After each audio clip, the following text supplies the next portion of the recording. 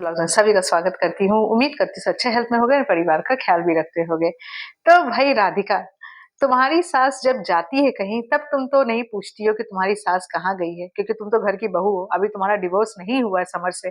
तुम तो समर से पूछ ही सकती हो कि कहाँ गई है। पर यहाँ पे जब तुम्हारी सास वापस आती है तब तुमको बड़ा चिंता लग जाता है कि कहाँ गई थी, क्यों गई थी और आई क्यों है। ये सवाल तुमको पूछना तुम्हारा हक नहीं बनता कि तुम ये अपनी सास को पूछो कि आप यहाँ पे फिर से क्यों चली आई हैं। आप गाँव चली जाती गाँव चली जाती वो बात अलग है, मगर आई क्यों है ये चीज तो तुमको पूछने का अधिकार नहीं है, क्योंकि वो है समर का घर, तुम्हारे पति का घर है, तुम्हारे पति की माँ है। तुम्हारी पति की माँ हजार बार आके रहेगी, तुम इस पर कुछ नहीं बोल सकती। और दूसरी बात है, तुम यहाँ पे जो बेवजह तुम अपनी सास को बरस रही हो, समर के ऊपर बरसो। समर के ऊपर बरसना है तुमको, तुम उस सास के बरस के क्या करोगी। तुम तो जानती हो शुरू से ही अपने बेटे को कुछ नहीं बोलती हैं। अपने बेटे को पूरा खुला छूट दे रखी है, आजादी दे रखी है कि वो गुनगुन के घर जा सकता है, कुछ भी कर सकता है। तो उनको बोल के कोई फायदा नहीं है। इस उनको बोलने का मतलब है भैंस के आगे बीन बजाना। और समर की माँ, आप जो बोल रही हैं कि मैं अपने बेटे को बोलती हूँ, मैं कोई चीज किसी को अच्छा बुरा मैं कुछ नहीं बोलूंगी, ये नहीं बोलूंगी। तो आप जब अच्छा बुरा नहीं बोलेंगी तो आप राधिका के ऊपर इल्जाम भी लगाना बंद करो, क्योंकि राधिका जो बोल रही है कहीं ना कहीं राधिका एक सच्चाई ही बोल रही है, क्योंकि वो एकदम पूरी परेशान हो गई है आपके बेटे से।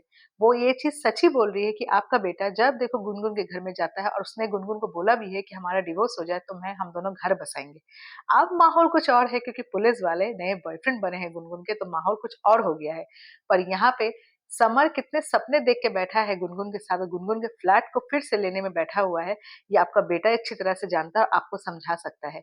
और यही चीज राधिका आपको बोलना चाहती है जो आप नहीं समझ पा रहे हो। आपको सिर्फ यही है कि मेरा बेटा तुम्हारे पास ही रहता है, इस घर में रहता है। अरे घर में सिर्फ रहने से, पास में रहने से नहीं होता है। बीवी को बीवी की तरह दर्जा भी देना पड़ता है, सम्मान भी देना पड़ता है, जो चीज आपके बेटे को देना नहीं आता। वो तो कभी इधर कभी उधर उछलता रहता है। तो इसीलिए अपने बेटे को थोड़ा सा समझाओ। अपने बेटे को समझाओगी तो घर भी उसका बस जाएगा।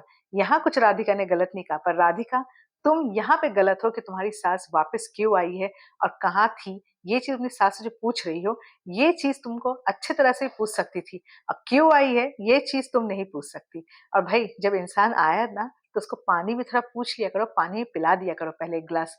ऐसे सवाल जवाब करने मत बैठ जाया करो हेड मिस्ट्रेस की तरह। तो चलिए देखते हैं, इन सास बहू का तो नोक झोंक लगा ही रहता है, इनके नोक झोंक में तो कोई कटौती नहीं होती। तो जिसमें ब्लॉग अच्छा लगा प्लीज एक लाइक जरूर कीजिएगा, चैनल में नए प्लीज सब्सक्राइब जरूर कीजिएगा। तब तक के लिए बाय बाय।